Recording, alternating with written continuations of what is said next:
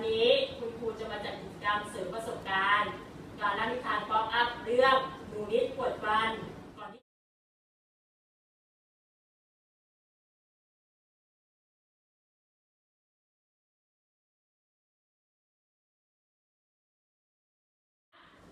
เพลงแปรงฟันแปรงซิแปรงฟันฟันหนูขาวสะอาดดีถูไปถูมาทุกซี่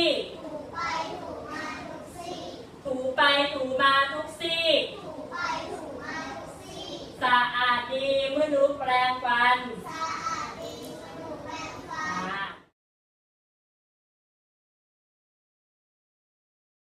ก่อนเพลงแปรงฟัน1 2 3แปรงซิแปรงฟัน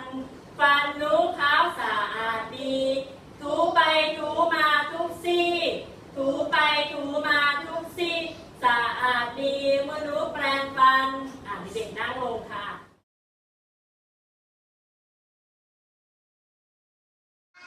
เด็กๆมองมาอะไรเข้าขาคะลูกนี่คืออะไรคะฟันตามครูนะคะลูกฟันนะคะ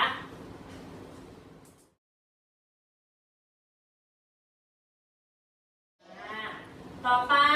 นี่คืออะไรคะลูกอะไรคะนะคะตามครูนะคะแปรงสีฟัน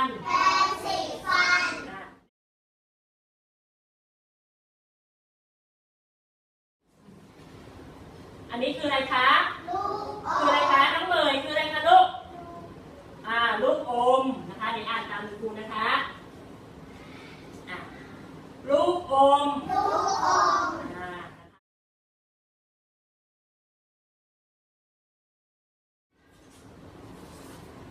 นี่คือใครคะเด็กผู้ชา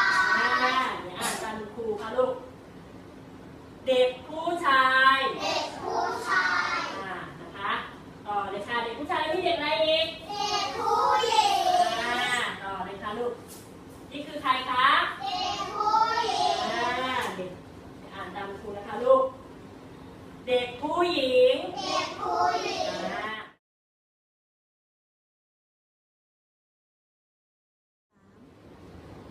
วันนี้นะคะคุณครูจะมาจัดกิจกรรมเสริมประสบการณ์การเล่านิทานป๊อปอัพเรื่องหนูนิดปวดฟันเด็กๆดูนะคะลูกนี่หนูนิดปวดฟันนะคะเดี๋ยวเด็กๆตั้งใจฟังและท้ายนิทานคือมีคำถามถามด้วยนะคะลูกมองเห็นไหมคะลูกเห็นไหมคะแป๊บนึงนะแป๊บนึงลูกนี่นะคะหนูนิดล่าเริงยิ้มแย้มแจ่มใสส่งยิ้มทีไรแก้มป่องตาหยีดูฟันเธอสิขาวสะอาดดีเด็กๆมองมานะคะลูกดูนะคะลูกนะคะดูภาพหนูนิดเป็นเด็กดีแปรงฟันทุกวันหลังอาหารทุกเช้าเย็นนะคะลูกมองมา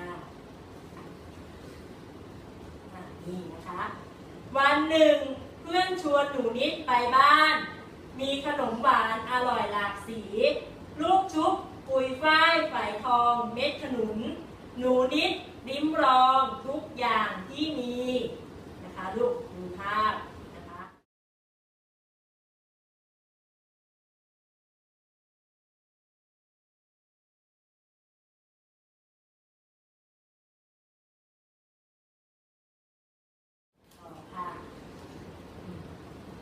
หนูนิดถึงบ้านดึกดื่นง่วงนอนพอหัวถึงหมอนหลับปุ๋ยทันทีนะคะลูกนี่นะคะต่อค่ะรุ่งเช้าหนูนิดตื่นมาทันนึกได้ว่าลืมแปรงฟันนี่นะคะลูกนะคะดูภาพ ก่อนนอนหนูนิดอาบน้ำล้างหน้าไม่ ไม่ยอมแปรงฟันกินขนมทั้งวันอร่อยดีนะคะลูกนี่นะคะวันหนึ่งหนูนิดปวดฟันร้องไห้ดังลั่นพูดเสียงอู้อี้นะคะลูกแม่วิ่งเข้ามาหาหนูนิดลูกจ๋าเป็นอะไรคนดีอ้าปากให้แม่ดูหน่อยแย่แล้วหนูนิดทำไมเป็นแบบนี้นะคะลูกนี่ดูนะคะลูกดูภาพ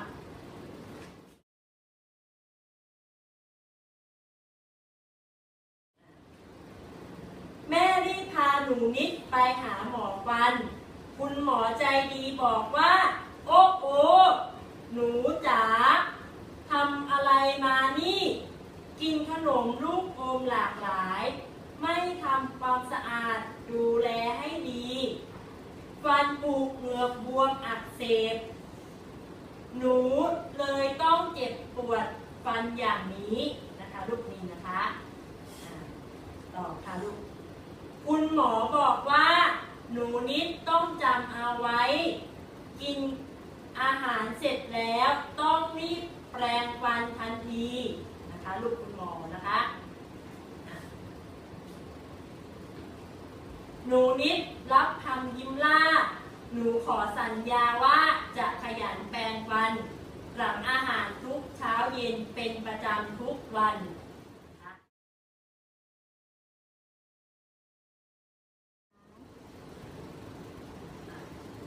เมื่อเด็กๆฟังนิทานบอกอัพเรื่องหนูนิดปวดฟันจบลงแล้วคุณครูมีคำถามเด็กๆนะคะว่าหนูนิดเป็นเด็กยังไงคะลูกเด็กดีไหมคะเด็กดีแล้วทำไมหนูนิดถึงปวดฟันกินลูกอมแล้วหนูนิดแปรงฟันไหมไม่แปรงฟันนะคะไม่แปรงฟันคุณแม่พาหนูนิดไปหาใครคะหาคุณหมอแล้วสุดท้ายหนูนิดให้คำสัญญากับคุณหมอว่ายังไงจะแปรงฟันทุกวันทุกอะไรคะทุกวันนะคะฉะนั้นหน้าที่ของเด็กๆทุกคนเมื่อเด็กๆทานอาหารเสร็จแล้วเด็กๆต้องแปรงฟันวันละกี่ครั้งคะ2 ครั้งเช้ากับเย็นนะคะให้ประพฤติปฏิบัติตนเป็นประจำทุกวันเด็กๆทำเองได้ไหมคะได้ค่ะได้นะคะเดี๋ยวเด็กๆมาดูนะคะลูกมาดูเด็กผู้หญิงคนนี้ฟันจะเป็นไงคะลูกขาวไหมคะฟันขาวแสดงว่าเด็กคนนี้เขาดูแลรักษาฟันไหมคะดูแลรักษาฟันจะถึงขาวเวลายิ้มสวยไหมคะแล้วเด็กผู้ชายคนนี้ล่ะเป็นไงฟันเป็นไงคะฟันเป็นไงคะฟันหลอแล้วก็ฟันเป็นอะไรด้วยดำแมงกินฟันด้วยแสดงว่าเด็กผู้ชายคนนี้เขาดูแลทำความสะอาดฟันไหมคะเด็กผู้ชายคนนี้ชอบกินลูกอมขนมหวานแล้วก็ไม่ยอมแปรงฟันก็จะออกมาเป็นแบบนี้ฟันหลอฝักแมงกินฟันเวลายิ้มสดไหมคะไม่สวยนะคะอันนี้ก็ให้เด็กๆดูเป็นตัวอย่างนะคะใครที่อยากฟันสวยก็ต้องหมั่นทำความสะอาดฟันแล้วแปรงฟันมาละกี่ครั้งเช้ากับให้ทำเป็นกิจวัตรประจำวันประพฤติปฏิบัติตนนะคะเราทำเองได้ไหมคะได้ค่ะคุณครูก็ฝากเด็กๆไว้ทุกๆคนนะคะ